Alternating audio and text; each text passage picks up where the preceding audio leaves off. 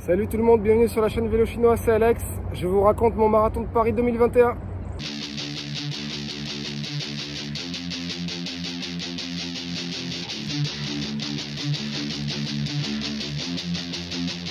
Alors je pense que je l'ai mis dans le titre et donc sans trop vous spoiler, je vais vous dire que je suis super content et j'ai explosé mon PR sur marathon ce dimanche à Paris et je vais vous raconter tout ça. Mais avant tout, je vous invite à vous abonner à la chaîne et aller nous rejoindre sur Slack. Vous n'allez pas le regretter, c'est vraiment super sympa. Alors pas plus tard qu'il y a une semaine, j'étais ici même dans mon spot nature pour vous raconter un peu comment j'étais dans la semaine qui précède le marathon de Paris. Donc ça y est, ça a eu lieu, je pouvais pas rêver mieux et d'ailleurs je n'osais pas espérer mieux que 2,50 et il se trouve que j'ai réussi à faire 2,48 31, ce qui fait 4 kg, même peut-être un peu en dessous, donc vraiment super content. Alors dans l'ordre, j'ai fait le voyage dans le week-end, donc en TGV ça se fait, arrivé samedi 13 h, je retire les 2 SAR dans la foulée au village des expos. Et j'ai été hébergé par ma soeur qui m'a encouragé tout le week-end. Merci beaucoup à elle d'ailleurs. Il se trouve qu'elle habite pas loin, genre à 2 km de l'Arc de Triomphe. Donc ça me faisait pas beaucoup le matin pour le trajet jusqu'au départ. J'ai fait un petit run pour repérer les lieux. Je prépare toutes mes affaires. J'ai assez mal dormi, j'avais chaud et certainement l'anticipation. Je me suis levé avant le réveil, même pour le réveil que j'avais mis à 5 h. Parce que comme d'habitude, je me suis levé à 5 h, manger un plat de pâtes et recouché un peu. Donc j'ai mangé mon plat de pâtes, je me suis recouché. Après quand je me suis relevé, j'avais un paquet de gâteaux, des barquettes de lu et je pense que j'en ai un peu trop mangé au petit-déj. J'étais un peu... Et en fait pour l'histoire des gâteaux, je me dis que j'avais moins la pression que d'habitude. Parce que souvent sur les courses importantes, je prépare tout, je sais exactement ce que je vais manger et tout. Là j'étais genre, bon j'ai à peu près mes gels. Bon, le petit-déj on verra. Et donc du coup... Ouais, franchement, je me suis pas mis trop la pression. À tel point que j'ai fait caca qu'une seule fois le matin. Donc, pour ceux qui savent, pour ceux qui font de la course à pied savent, ça veut dire que c'était, ça allait. J'ai mis un truc, j'ai mis un truc que je pouvais jeter dans la poubelle du sas, un truc manche longue. Mais sinon, il faisait très bon à Paris. J'étais vraiment agréablement surpris et super content de la météo. Il y avait un petit air de printemps. Enfin vraiment super sympa. J'adore cette ambiance Paris se réveille quand je vais faire le marathon de Paris. Donc voilà, j'arrive sans encombre au sas. Donc j'avais tout qui était prêt, j'avais mon téléphone, mes gels. Du coup voilà, je prends quelques photos, quelques vidéos, je discute un peu avec les gens. Il y a quelques gens qui m'ont reconnu, notamment Nico qui m'a donné des images. Il y avait Nourdine, il y avait d'autres gens à qui j'ai parlé. Et toujours super sympa, enfin vraiment être dans le sas préférentiel sur les champs alors qu'il y a autant de monde derrière toi, c'est vraiment impressionnant. Et enfin on mesure vraiment la chance qu'on a de partir devant avec les pros. Voilà, donc ils ont fait partir les femmes, puis 15 minutes plus tard les hommes. Et il y a eu un cafouillage, ils ont poussé l'accordéon pour séparer le sas trop tard, enfin un peu tard, parce que normalement on est censé partir en même temps, donc il y a eu un cafouillage de quelques secondes, mais rien de grave. Et après c'était parti quoi, avec le lever du soleil qui se lève sur les champs, c'est vraiment, j'adore quoi, j'ai vraiment kiffé pendant les 10 km, on court vers l'est là. En plus on fait un nouveau tour touristique, place Vendôme, place de l'Opéra, tout ça, donc c'était vraiment sympa. J'ai vraiment profité du soleil, j'ai profité quoi, c'était trop beau. Évidemment, ce que je m'étais promis, c'était de rester à 4, de me limiter. Et bon, évidemment, premier kilo à 3,45. Et après, avec tout le monde qui court vite, le départ qui est en descente, c'est vraiment c'est impossible de se retenir quoi. Donc bon. Mais ce qui me rassurait, c'est que je regardais aussi mon cardio et que j'étais genre à 150, 151, 149. Donc je me disais, enfin j'étais vraiment en zone 2 et je me disais bon, la bonne nouvelle c'est quand même que je me mets pas dans le rouge. Là vraiment, j'étais en mode footing plus, comme ce que je m'étais dit quand j'avais couru mon marathon à Montpellier solo. J'étais vraiment dans cette optique là. Vraiment tout va bien, je suis pas dans le rouge, je suis pas dans le orange, je suis bien. Et donc c'est ce qui m'a rassuré, et je continuais à voilà, discuter avec tout le monde, à taper dans la main des spectateurs et profiter, quoi. Donc là, vers le 8e, 9e, il y a une côte à l'entrée du bois de Vincennes. Donc je la connaissais déjà, elle est arrivée un peu plus tôt, plus tard. Rien à signaler, je me suis pas, voilà, 4,05, je me suis pas forcé, je savais que j'avais de l'avance, donc je l'ai pris tranquille. Après le bois de Vincennes, tout se passe bien. Il y a la vidéo d'ailleurs de l'organisation là. Bref, bois de Vincennes, la côte à l'entrée, ça se passe bien. Il y a juste à la sortie, il y en a une aussi, une longue en faux plat montant où j'ai une petite première micro-alerte. Je me dis bon, allez, lève le pied, ça va aller. Bon, le truc c'est qu'après il y a une grosse descente, donc il y a quand même un kilo à la sortie du bois de Vincennes. Il y a on déroule vraiment en descente, et donc je suis reparti à genre 3,51 au kilo, etc.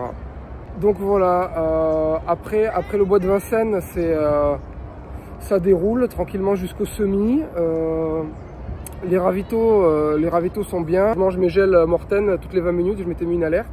Je discute avec les gens, c'est super sympa. Rien à signaler de particulier. Donc le semi se passe en 1,23,15 à peu près. Le cardio était vraiment bon, quoi, et que j'avais aucun signe d'alerte pour l'instant. Voilà, on arrive sur la Seine et on commence par les tunnels. Et donc à chaque fois je me dis, je me suis fait la réflexion d'ailleurs, waouh, la Garmin en fait ça en est vachement bien sorti. Je pense qu'il se base sur la cadence. À part sur le flyby Strava, on voit pas d'artefact, on voit pas de problème sur la trace. Donc c'est assez impressionnant. Et d'ailleurs, sur les grandes compétitions comme le marathon de Paris, on est content de pouvoir utiliser le flyby. C'est cette fonctionnalité de Strava que maintenant on peut plus utiliser sur la moindre sortie, parce qu'avant tu sortais, tu croisais quelqu'un, tu pouvais voir tous ceux qui avaient couru en même temps, ceux qui ont uploadé sur Strava. Mais maintenant par défaut c'est désactivé. Donc je vous rappelle, si vous voulez participer à la communauté runner et rendre disponible vos sorties, il faut aller l'activer dans votre profil Strava. Et donc ce qui est bien, c'est qu'il y a des coureurs qui l'ont activé et du coup qu'on peut retrouver sur Strava, et c'est vachement sympa. Moi souvent j'analysais les courses sur le flyby, tu vois les gens qui ont couru en même temps que toi, ceux qui ont accéléré, ceux qui ont explosé, donc tu peux voir les activités et aller liker sur le Strava des autres, donc c'est vraiment cool. Et pourquoi je disais ça? Oui, donc voilà, on arrive dans les tunnels, tout va toujours bien, on déboule sur les quais de Seine, pareil, pas de problème, beaucoup de public là, les gens en terrasse et tout, c'est super sympa. Et on arrive comme ça tranquillement jusqu'au 30e kilomètre, en face de la Tour Eiffel, au Trocadéro. Je vois ma soeur vite fait, ma soeur qui a réussi à me voir au 5e, au 10e, au 30e et à l'arrivée. Donc chapeau, elle a fait un parcours optimisé avec la RATP, c'était assez sportif. Là, je lui fais comme ça, je lui fais un signe parce que genre ça va encore, mais je sens que les jambes commencent à fatiguer. Et là d'ailleurs, je me fais la réflexion, ah ça je l'ai pas eu quand j'ai couru à Montpellier, et je mets ça vraiment sur le compte des Next les Nike Next qui ont épuisé leur magie. Donc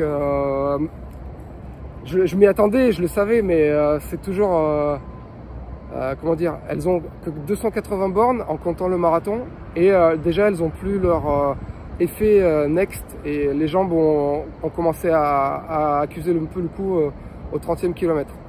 Mais bon, ça va, j'ai survécu. Bon là, sauf qu'on est mercredi et j'ai encore un peu mal aux jambes, alors que le marathon que j'ai couru en mars, j'avais presque pas de séquelles le lendemain, quoi.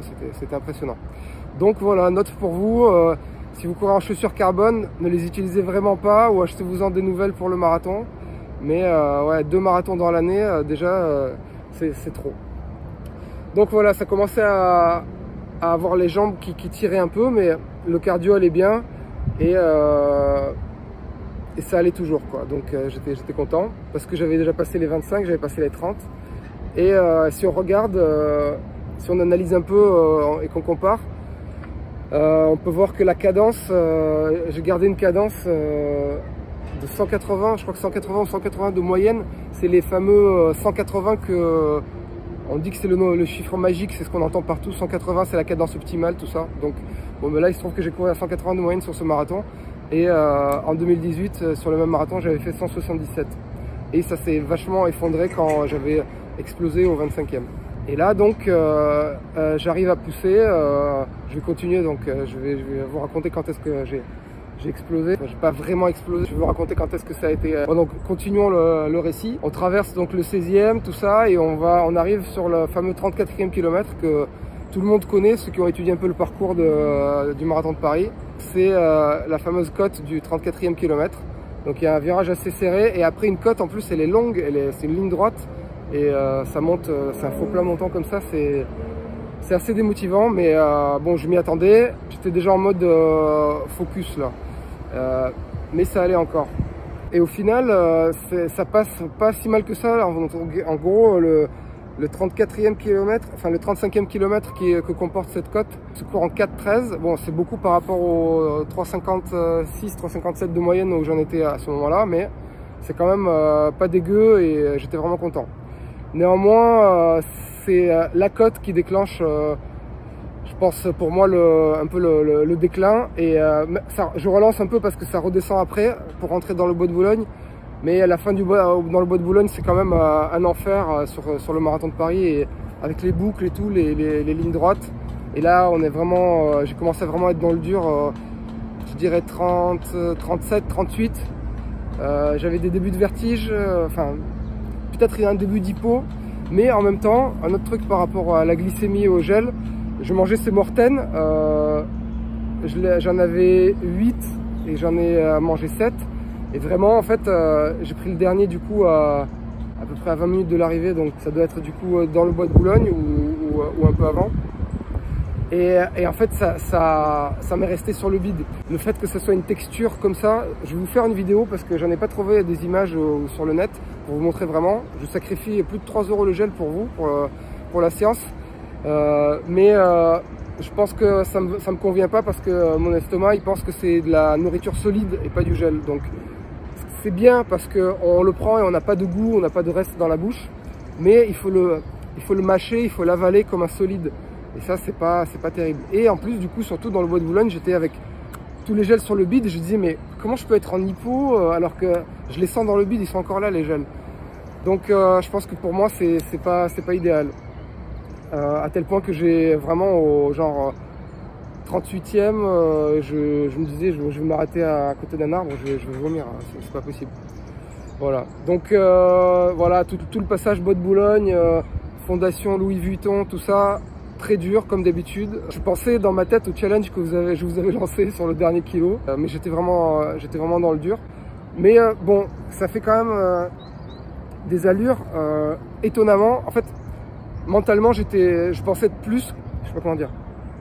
Mentalement, je pensais être plus dans le dur que ce que montre le chrono, parce que j'ai quand même des kilomètres à 4,06, 3,58, 4, 4,13, 4,08, voilà. Et ça, c'est quand même pas dégueu, quoi. J'étais pas à l'arrêt, quoi.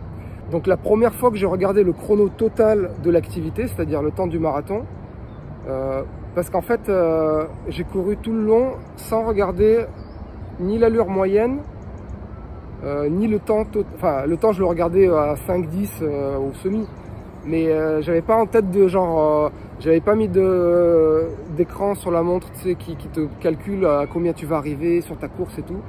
Parce que, enfin, au final, ta course, tu l'as fait au max de tes capacités. Si tu es en retard, ça va te blaser, la montre qui va te biper ou qui va te dire que tu es 10 minutes en retard sur ton objectif. Donc voilà, pour la première fois où je regardais le temps total avec en vue le temps final que je vais faire sur le marathon, c'était au 40e kilomètre. Et au 40e kilomètre, je vois 2h38 et quelques secondes. Et là, je fais, mais attends, il me reste 2 bornes et j'ai 10 minutes pour faire ces 2 bornes et quelques pour valider un 2h48 et quelques. Et là, je me dis, mais... Et je savais que 2h48, c'était 4 minutes au kilo. Et là, j'étais comme un fou, quoi. Je dis, mais c'est trop bon, quoi. Normalement, je vais faire sub 2,50 et si je me sors les doigts du cul, je vais faire marathon à 4 kg. Donc je remets une couche, je repars au turbin et je relance un peu. Bon, malheureusement, comme on le voit sur les splits, là 41e 4,20, je crois que l'arrivée, là j'ai pas les détails sous les yeux, mais l'arrivée c'est quand même pas tout plat, il y a quand même un faux plat à la toute fin. Et voilà, donc le plus long kilomètre, c'est le 40e.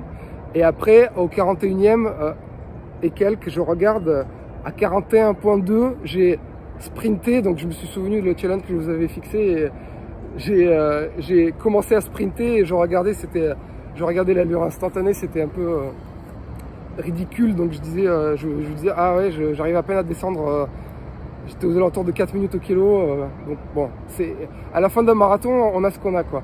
Et juste quand on contourne, l'arrivée, c'est dommage parce que il y a une espèce de chantier, on sort du bois de Boulogne, on voit rien, il y a un rond-point et on contourne tout ça pour débouler à la fin sur la ligne droite, la vraie ligne droite. Et là j'ai pu vraiment sprinter. On commence à sprinter parce qu'on voit l'arche et vraiment en rajouter une dernière couche pour tout donner parce que je voyais 48 et c'était genre 30 secondes passées. Donc je fais, ah ouais, si je veux vraiment valider, être sûr d'être sous les 48, donc je réaccélère et enfin je m'écroule sur le tapis vert et c'est la première fois que ça m'arrive. Donc pour moi, je vais clairement réadapter les Morten. Soit je ne vais plus en prendre, soit peut-être je vais en prendre au début et compenser avec de gel. Mais j'ai eu la gerbe comme pas possible. J'ai tout fait pour me retenir de vomir sur la ligne d'arrivée. Après, il y a les bénévoles qui sont venus me dire ah, est-ce que tout va bien et dégagez s'il vous plaît. Je check un peu les gens qui étaient autour de moi, ceux que j'ai reconnus de la course. Je te fais la vidéo aussi. Alors toi combien? 2,48. Oh putain, beau. Enfin, t'as 4 kilos. Non, sur le chrono, j'ai sprinté. Normalement, ça fait moins de 4 kilos. Ah, super. Et toi?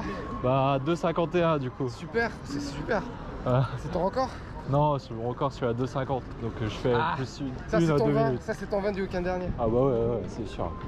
Le 20, il m'a fait mal. Ça a été. Je vais récupérer ma médaille et je vais récupérer ma médaille et mon t-shirt. Et alors, le bonus cette année, je sors et je fais le tour. Je rejoins ma soeur qui m'a filmé et je rejoins ma soeur aux loges VIP de ASICS.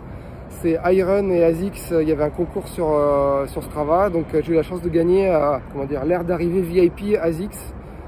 Et c'était vraiment super. C'est une sorte du coup un ravito de luxe. Il y avait un brunch avec un buffet à volonté, toutes les boissons que tu veux et tout, et t'es juste sur la ligne pour voir arriver les gens. Et c'est vraiment nickel. Enfin, franchement, merci ASICS, merci Iron. Voilà, donc évidemment super content du résultat. Seul bémol, donc les Next, 260 km d'autonomie, ça fait quand même mal aux fesses au prix que ça coûte. Les Morten, bon bah je valide pas, mais c'est quand même mon meilleur marathon.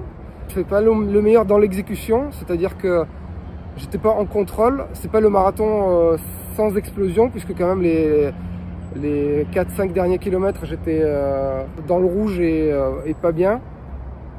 Mais le résultat est là, quoi, meilleur chrono. Mais mon meilleur reste celui que j'ai couru tout seul cette année à Montpellier, où je suis resté constant, quoi, et jamais dans le rouge. Mais ça me donne de l'espoir. C'est vraiment à chaque fois je me dis bon, est-ce que je refais des marathons, est-ce que je me réinscris sur des grosses courses, mais une prépa marathon, c'est tellement sympa en fait de suivre la progression, de voir que le corps s'adapte et qu'on est capable de courir plus vite et en étant moins fatigué, et de surtout quand à la fin on valide un résultat, c'est vraiment une sensation énorme que je recommande à tout le monde. Et d'ailleurs ça me fait penser justement, je continue toujours à faire des courses et je continue à faire des comptes rendus. Je suis un peu moins actif sur ma chaîne, mais si je peux motiver quelqu'un à faire un tri ou un marathon ou se mettre à la course, c'est vraiment super. Je pensais à ça parce que je regardais le débrief de Domingo là, qui a fait la course dans les conditions du direct streamé, et voilà, ce qu'il disait, c'est pour les jeunes qui regardent ça, c'est vraiment cool, quoi. C'est un bon exemple et c'est vraiment les jeunes et les moins jeunes, s'inscrire sur un marathon, le préparer et le courir, c'est quand même un défi, et je souhaite à tout le monde de connaître ça, quoi. C'est vraiment super. Voilà, donc je vais pas m'étendre de plus. Si j'ai d'autres trucs qui me reviennent, suivez-moi sur Instagram et sur Strava, je vous raconterai tout. Je remercie tout le monde comme d'habitude, l'organisation, les sponsors, les bénévoles qui font un travail énorme, ma sœur Svetlana qui m'a encouragé, qui a tourné les images, et vous les spectateurs de ma chaîne qui regardez, qui m'encouragez. Merci beaucoup, faites du sport, à la prochaine, ciao.